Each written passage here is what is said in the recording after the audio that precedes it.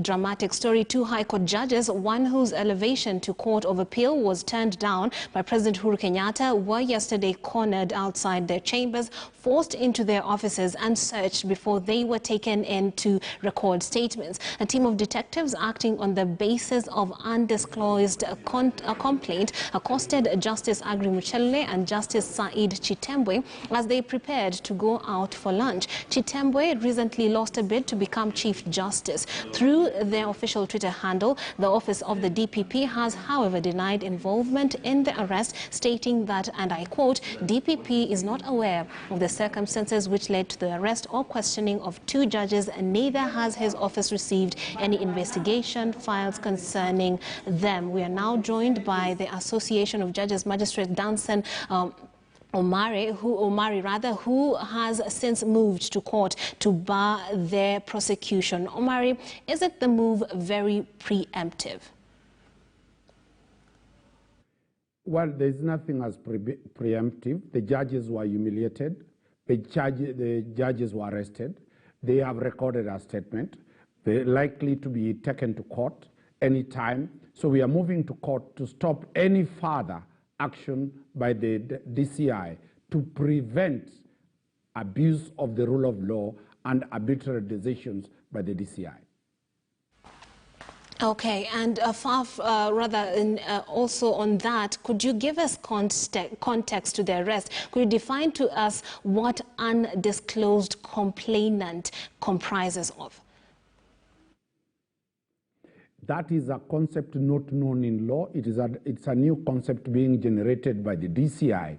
The process of a criminal trial starts with a complainant filing a complaint and an OB is recorded. That complaint is investigated. Once the investigations are done and there is real or perceived crime, then the police officers can arrest. A search warrant is required for one to go and do a search warrant, to do a search in a judge's chamber. A decision in the Muchelule case, the DCJ's case, is very clear that whenever you have any criminal issues concerning a judge of the High Court or a judge of the Court of Appeal or Supreme Court, you deal first with this JSC before you move further. The DPP has also said he is not aware. He is not, this is not the first time. We have seen Justice Ole Kentai, the Court of Appeal judge, being arrested on allegations that he was involved in the murder of Top Cohen, my client. So really what we are moving to court is to stop this type of impunity by the DCI, regardless of him not even having an independent office. The person who has an independent office is the DPP under Article 157. The DPP is not involved. So really, how does the DCI continue arresting, intimidating and harassing judges? We read political machinations in the use of the DCI to intimidate the judges and bring the independence of the judiciary to the floor. That is why we have moved to the Constitutional Court to stop that abuse of power. And as you term it abuse of power, then what would the end game be? Is it just intimidation, or could it go further than intimidation or causing discomfort to these judges for whatever reason there is? You've pointed out there could be political undertones to all of this. How far could they actually go without the DPP being in the know of what's going on or being behind all of this? There is a question that the 6 judges that the president refused to appoint, 2 of them have been punished. That is the BBI judges, Justice Odunga and Justice Professor Ngugi have been punished for them not being appointed to the Court of Appeal. Justice Muchelule's arrest is clearly aimed at the 3rd judge now in that group. Also, Justice Chitembwe is the one handling the matters of the DCJ, the case of the DCJ taking a plea. So really when you look at the 2 judges, there is a history and a context why the deep state will want to arrest them and put a certain message to the remaining judges. The judgment of the BBI is coming on the 20th of August. Is this a planned attack to make sure that the judges and the independence of the judiciary is brought down? The harassment is not known in law. So what else? The DPP has said he is not involved, so they will not be charged.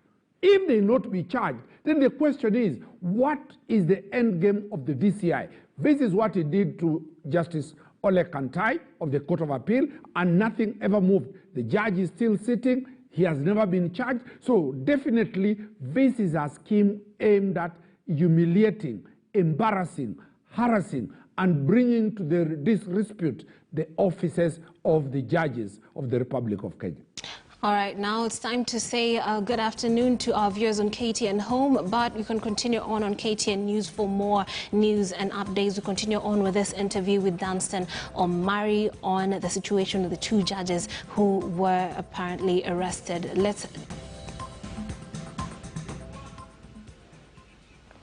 All right, continuing on with lawyer Danstan Omari, you have actually pointed out there could be political undertones to all of this. Now, we were hoping with the appointment of the new CJ, Martha Koome, that we would have at least a renewal in terms of relationships between the judiciary and the executive, and a sense of independence coming to the judiciary. Is this then a pipe dream if all that is happening is anything to go by? When the Chief Justice, who is my member, who is my client, because she also belongs to the Kenya Magistrate and Judges Association, when she was being interviewed, she said she will try to negotiate. The difference is that the reality, the political class interest, the deep state interest, is at variance with the independence of the judiciary. The judiciary wanted the Chief Justice to allow them to control the judiciary the way it used to be before the coming of the independent Kenya Constitution of 2010. The old judiciary was a department under the executive.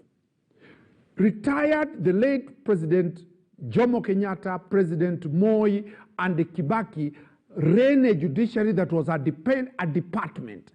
Come 2010, Kenyans said, we need an independent judiciary that is funded, an independent judiciary that makes decisions on its own. So what we are saying, one, we've seen the CJ write a letter to the speakers of the National Assembly and the Senate, but the judiciary will not always be called to Parliament just because of harassment for individual gains. Two, we have seen the president give an address at Madaraka Day in Kisumu attacking the judiciary totally. Third, we have seen executives in government and the political class attack judges who made a decision of the BBI. We have seen several attacks coming to the judiciary. We have seen a magistrate being arrested. We have seen Justice Ole Kantai being arrested. Now we have seen two other judges being arrested. So really, are we likely to see any good relationship? The other day, the Speaker of the National Assembly, Muturi, said that they are going to think either to stop funding the judiciary. So we are in a situation where the executive and the legislature are trying to untwist the judiciary so that judgments that are coming